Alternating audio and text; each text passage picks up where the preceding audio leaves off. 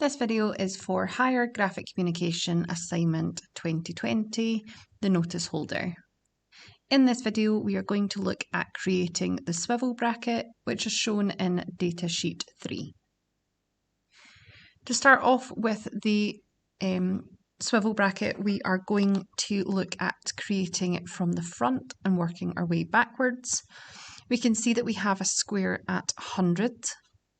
And that this has now got a thickness of 10. So we're going to start there and we're going to work our way back. So I'm going to start a 2D sketch on the XY plane. And the first thing I'm going to do is change my rectangle to a 2-point centre rectangle. And this will allow me to draw it from the centre. So I'm then going to click the green dot in the middle of my axes, and then I'm going to change it to 100 by 100, like so. Once I've done that, I'm going to finish the sketch and I'm going to extrude it by 10, like so. So that's has started the kind of front of it. Now we can see that it then kind of slopes down into a rectangle 30 by 50. So because we have two different shapes joining together a distance apart, we are going to look at using loft. So looking at the end elevation from the back of the square that we just created to our rectangle, it has a distance of 60. So we're going to have to offset a plane 60. To offset a plane, the easiest thing to do is to first of all turn on a plane that is running across a surface. So in this case, we can see that my XY plane is running along the back surface. We're then going to click plane and we're going to drag this back. And in this case, we're going to do minus 60. For example, if I typed in 60, you can see it's going the wrong way. So if you put a minus in front, it will drag it into the direction that we want. We're now going to start a sketch on the plane that we just created, so the new plane. And I'm going to flip it around so I can see it from the back, just to make things a little bit easier. So having a look at this plane, we can see, or having a look at the sketch, we can see that the rectangle in the elevation is 25 from the top. And it has a distance of 50 and then a width of 30. Now because this is 100, 25 this way, 25 this way, and then 50 in the middle, what we're going to do is we're going to use our rectangle 2-point centre again to go in the middle, and then we're going to change it 30 by 50. And because we used the 2-point centre rectangle previously, it's already in the middle, so this should already be 25. Once we've done that, we're going to finish the sketch. And I'm just turning it around to make it easier to see. I'm then going to click loft and I'm going to select the rectangle that I've just made. And then I'm going to select the back of my square and then just press OK. And we can see that that has now lofted together. To keep things simple, I'm just going to turn off the visibility of these planes. And we're now going to look at starting to create the back bit. So the back bit here is a rectangle that kind of goes into a arc, kind of curved space. And we can see that it is 35 from the rectangle that we just created. And then it's got a radius of 25 around it. So in order to do this, we are going to start off by finding a plane in the middle. Now you can use your origin folder to find a middle plane. Alternatively, you can go into the plane menu and select a mid-plane between two planes. And if I click one side of my square and the other side of my square, it will automatically give me a mid-plane. And then I'm going to start a sketch on that plane. And again, if I press F7, it's going to make it easier for me to see. Now we're going to look at drawing this rectangle into our circular shape. So we know that here to here has a height of 50. So we're going to go out 35, and then we're going to have a midpoint to kind of make a circle at 50. So I'm going to change my rectangle to the 2-point rectangle because I'm no longer wanting it to be drawn from the middle. I want it to be drawn from one of the points. And I'm going to select the top line. And again, we're going to make this 35 by 50, like so. I'm then going to use the circle tool, and I'm going to find the green dot in the centre of this back line. And I'm just going to touch it or make it to a measurement of 50. I can then use the trim tool to take away any parts that I don't need. So I should have a kind of shape like this. Once done, I'm going to finish the sketch.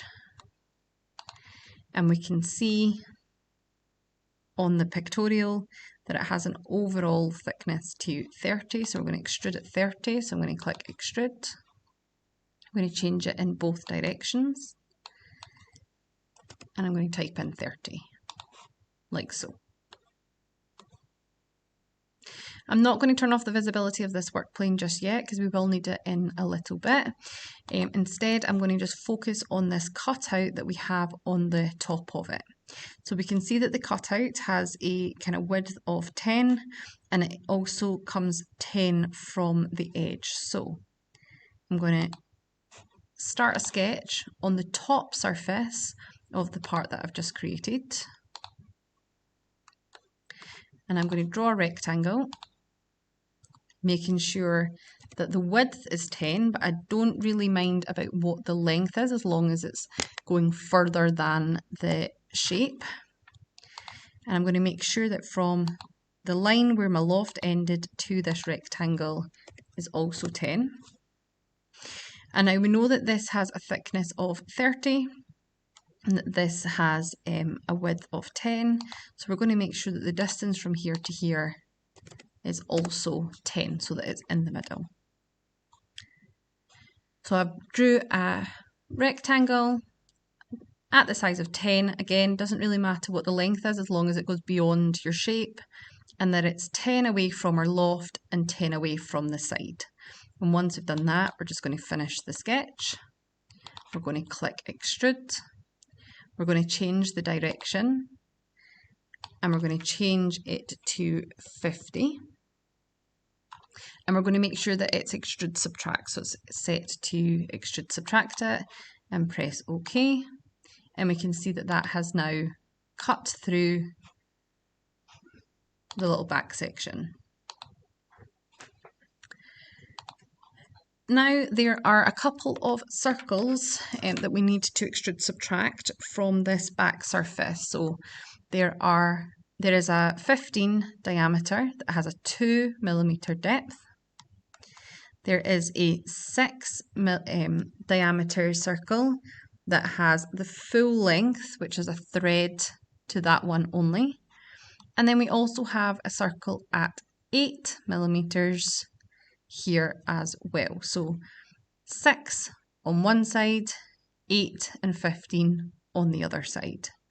So I'm going to start off with the 6. So I'm going to flip it around so that the kind of loft side of it is facing the right hand side, and I'm going to start a sketch on this surface at the back. I'm then going to use project geometry on this shape so that I can get the center point for my 6 circles. So I'm going to draw a circle at 6.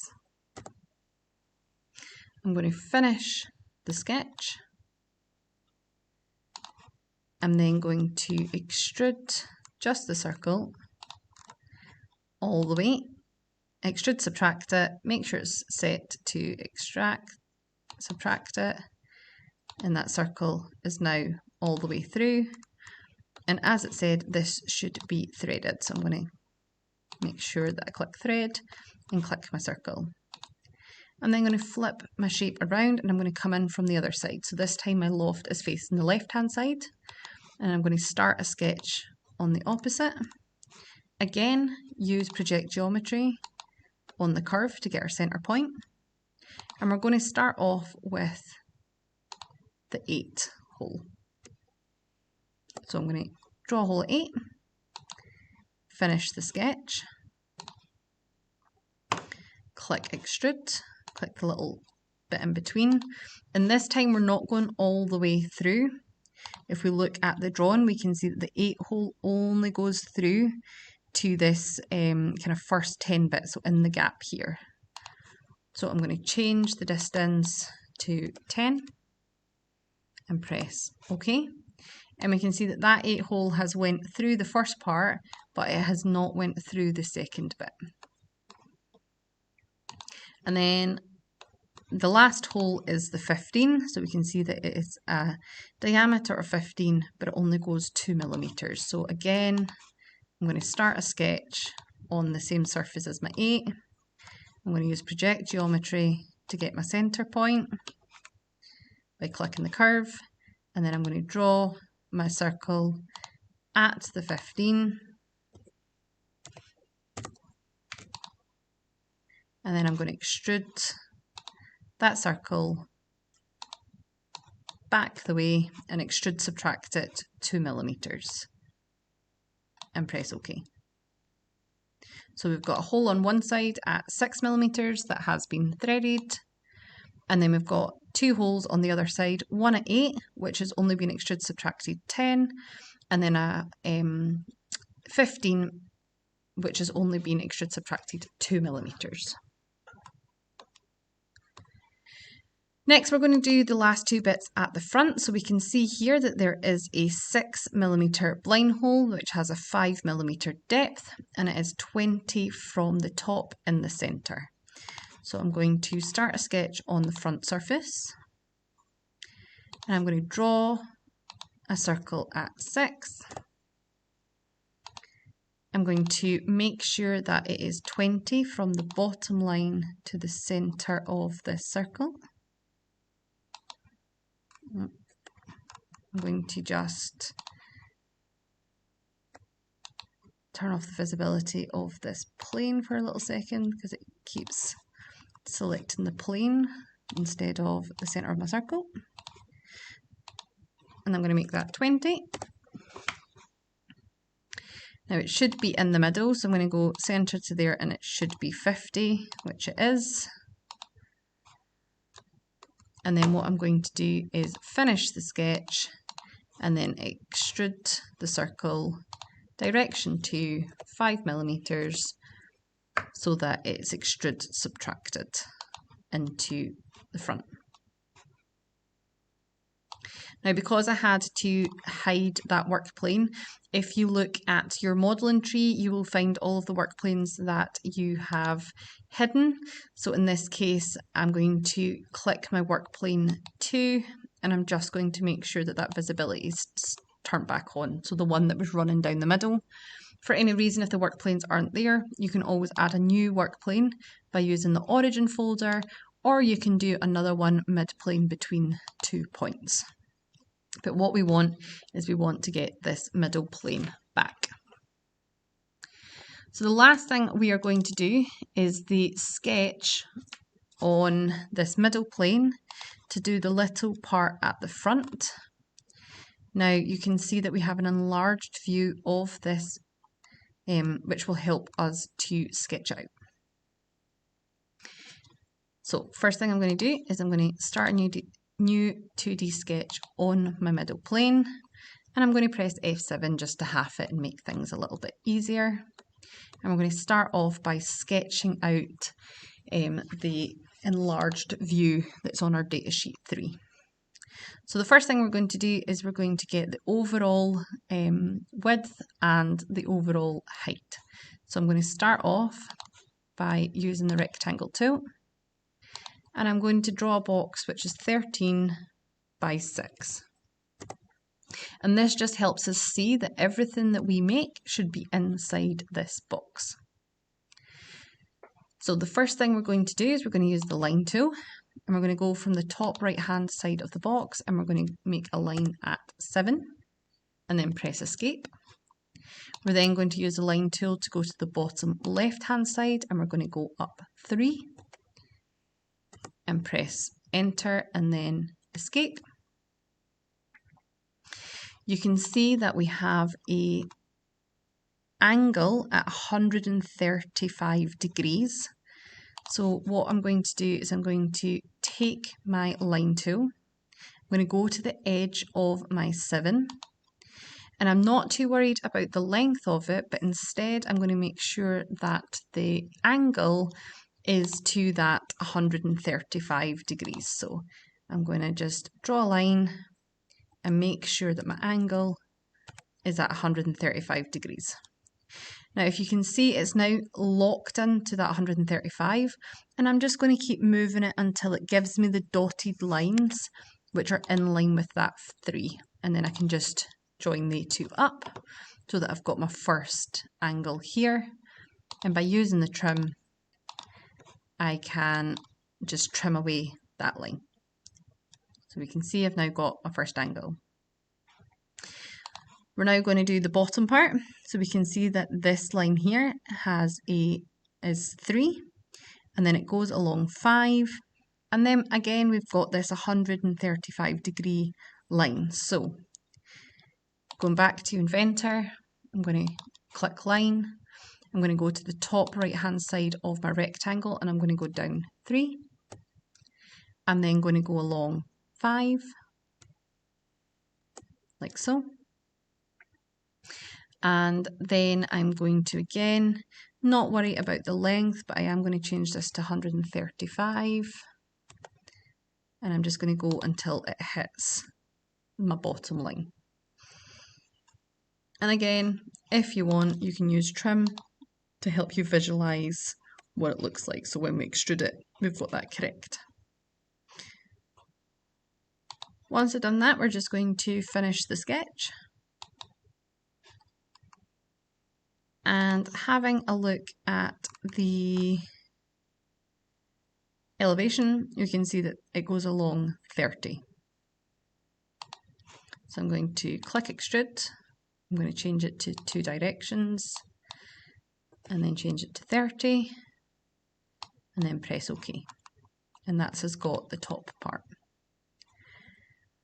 Once we've done that, I'm going to just turn off the visibility of any work planes that I've still got, and that is the swivel bracket complete. So I'm going to go to File, Save As, and then save it somewhere safe.